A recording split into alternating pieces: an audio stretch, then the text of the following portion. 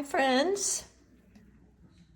So I stumbled on something and I couldn't believe I had not thought of it before. Um, I'm painting this fun little black and white. Never thought about it. I always use, as you know, my Quin Magenta and my pretty greens, and happen to do this using only Payne's Gray. And how much fun was that? I think I'm going to do more and maybe frame them, and it's going to be really unique and different. So the supplies we'll be using today are basically my 140-pound cold pressed paper, 1 tube of Cotman Payne's Gray paint. This is student grade I'm using today. And my number 8 Princeton Neptune brush, round. That's it, guys. The other additional supplies that I have just from home are my 2 containers of water, 1 to wash, 1 to rinse, my napkin for blotting, and maybe my cup of coffee. So, alrighty, let's get started. I'm going to share with you first some of the brush strokes. So go ahead and if you're going to follow along with me, grab your round brush. For me, as you know, I love my Princeton. The Neptune is a tiny bit soft for me, but I like it. And this is a number 8. That's kind of the perfect size for me. It seems like in most of my paintings that I tend to do this size. So much fun. I have this beautiful palette with all these beautiful colors, but today I'm only using this right here, my Payne's Gray. And I like the Payne's Gray because it has just a tad of a shade of blue. So for me, it isn't quite as harsh as the Mars Black or some of the other blacks. I don't know if the camera is picking it up, but when you use it in a washy, watery manner, you can see some of the blue come out, and I really like that. I think it's unique and different and not just a flat black. So let's go ahead, because in this picture, to make it interesting, you're going to have to play with some of the values. This is a darker value, of course, some lighter values. This is the darkest. And to do that, getting the lighter values just means we have more water than paint. So of course it creates a lighter value. The darker values like this here, I think I pretty much almost took straight out of my palette and made these little stamens. And a few right in here. And then I've got the mid ranges, which are about 50-50 water and pigment. Let's go ahead and practice a few of those brush strokes. So I'm first going to, I took my brush and just put some water in here with my Payne's Gray. And getting at that tea consistency, let's just practice a few strokes. When I want to get these wide petal strokes, I'm starting with a tip, a very thin place at the end of the petal. I'm going to go in, let me show you here, and use the tip of my brush, and I'm holding the brush pretty close to the ferrule here because that gives me more control. The farther out you are, you're going to have more wiggle room, which is good as well. But today I really want to have a little bit of control. And I'm starting with the top of my petal, just placing a tiny bit of pressure on the tip. And then I'm going to start laying my brush down on its side and really make a wide brush stroke there. Now for all my petals, I typically come in and do this type of thing here. This is a little darker than I wanted to start with. As you know, we always start with lighter and go to dark. That's just kind of a common rule to follow with watercolors because we can always go darker. Now let me show you what you can do. Let's do this first. Let me do one more petal. So I've got the tip. I start pressing down into the side of my brush And there we go. Okay. And let's do one more over here. Point, press, side of my brush. And again, having all the tips of my petals are coming in. Point, press, like this, okay? And I might go back in there. Now I've got an awful lot of water here. You could pick some of that up, but I actually like this effect. So I'm letting it kind of puddle and pool. I think that's kind of pretty this time. And then I'm going to go in and add a few petals kind of falling off here. So point, press, like that, point, press, and really utilizing the side of my brush, just like that. Because remember, these peonies, they're real fluffy is the best word I could think of. Point, press, right here, and we're going to create a round like this. That is so characteristic of a peony. And then we go in the middle and just maybe create some little ruffly spots inside.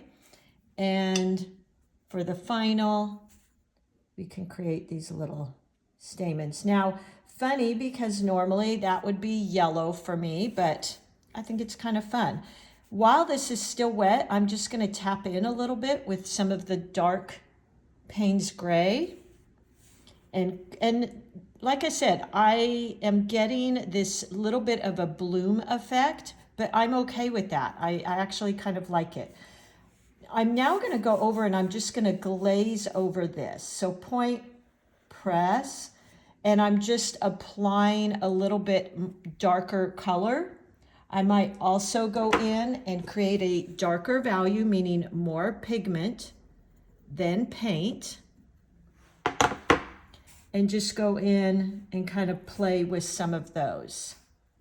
So the peony, again, is very round. That's kind of a signature identifiable look for the peony. So making sure all of your petals are kind of going in that direction, and then coming back up to this middle point like that.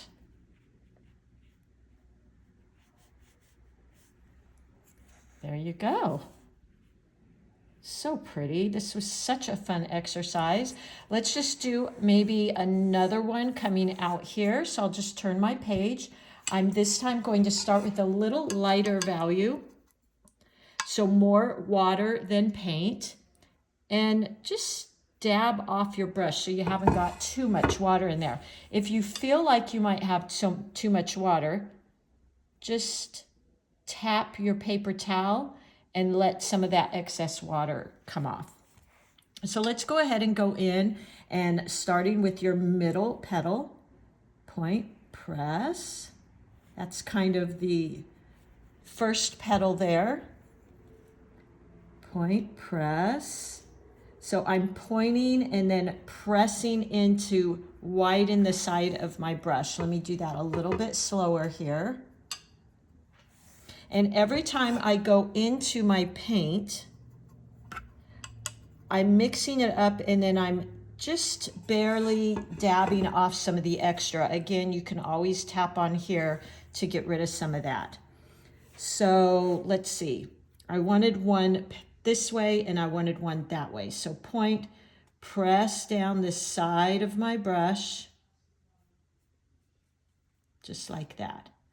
And then making sure the tip of your petals, the base of your petals, are all pointing back to the same area. Now I'm going to go back into my paint, gently get some of that excess water off, and point, press, to just make these bottom petals that always are falling off of the peonies. Point, press, just like that. And again, making sure all are leaves point back to the center of the flower, like so. Maybe like that. And then we can just barely see these coming out in the back here. And these are all little C curves. So you could practice a whole page of these C curves before. And I like that. I like that this is darker. I'm actually even perfectly fine with this bloom, which is just where I had two different dampness or wetness areas in this stroke. This was wetter, so the wetness traveled to where it was wet, and once it hit this dry spot, it created this little bloom here. But I'm okay with that. A lot of times I am in my florals because I think it looks kind of organic, and I like that. I'm just going back in and using a little darker value and touching in on some spots. So this center is a little bit darker, just like that. And then this area over here is lighter. I'm going to go in and make those little stamens in the middle there. So I actually picked up quite a bit of paint, a little bit darker value, meaning more pigment than water. And I'm going to go in and just maybe darken a few of those and then create these tiny little stamens for the center of the flower. Isn't that cool? It really looks black and white, doesn't it? I've never done this. I've done analogous colors, monochrome, where you're using a very limited palette, but I have never done a black and white type of palette. So this was quite fun for me. Let's try a rose here. And again, I'm going to use my tea consistency Payne's gray. So just moving it around a bit, and then let's go in and create the center of my flower. I do have a tutorial on roses, so if you want to go back and watch that, you can do that. And let's start. So I want my rose, just composition wise, I have this coming out here, this one going up, so I feel like I need something maybe head on here, okay? Go back into that Payne's gray I created. And again, if you feel like you have a little bit too much water on your brush, you can always tap it off here and get rid of a little bit, because we don't want drips or puddles or pooling. All right, let's start with our tiny, tight C curves right in the middle. We're using the very, very tip of our brush, very light pressure. So holding it closer to the ferrule is going to allow you to have a little bit more control over that. And going in, just creating all these little C's.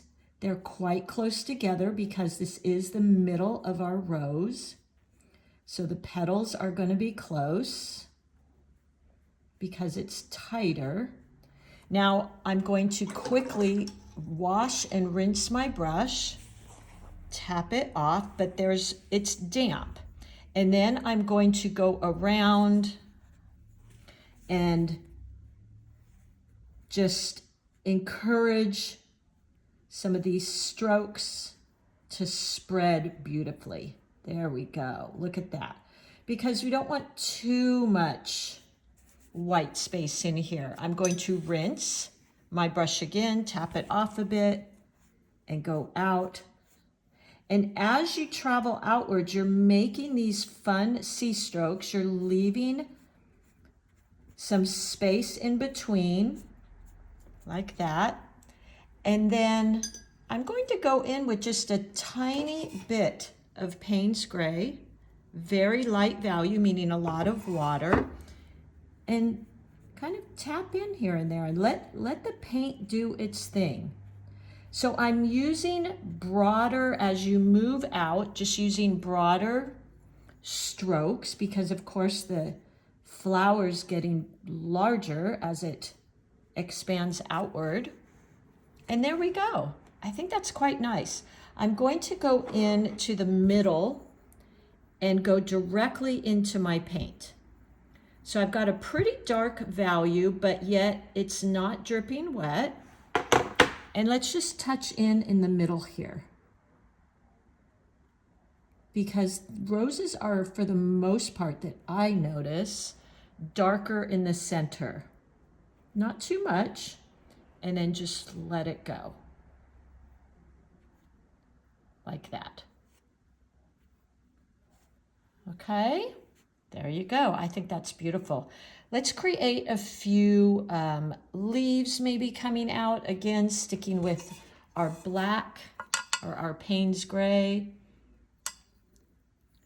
And we want to make sure that we vary the values of all of these leaves that we're going to be creating because we want to create interest. So in a painting that you're only using one color, it's really going to be a practice in discipline of not wanting to grab gray or yellow or pink. You have to play with the values. Creating a leaf here, point, press. I'm pressing down in, widening the bristles, point, press. Now, if you get that little puddle there and you don't like that, you can just dab off your brush and go back in and pick it up. It doesn't bother me a whole lot. Point, press, like that. Again, you can move that around. You can even pick it up. For me, when I'm painting organics, it's not really a huge deal for me. Now I'm going to put a couple down here. Point, press for those leaves. There you go.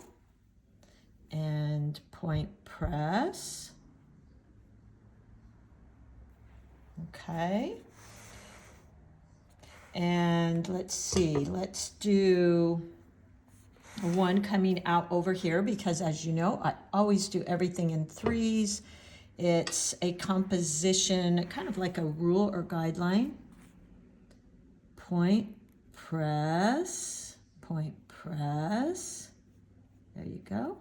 And try to somewhat vary your leaves so that you know, you get some of that interest.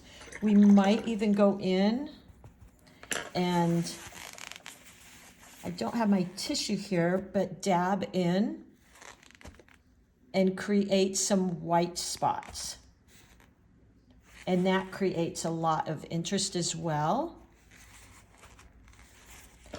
And then let's continue. I'm going to go in and do a very light leaf in the background here, which means very light value, a lot of more water than pigment. So it's very transparent. And let's just create a leaf here.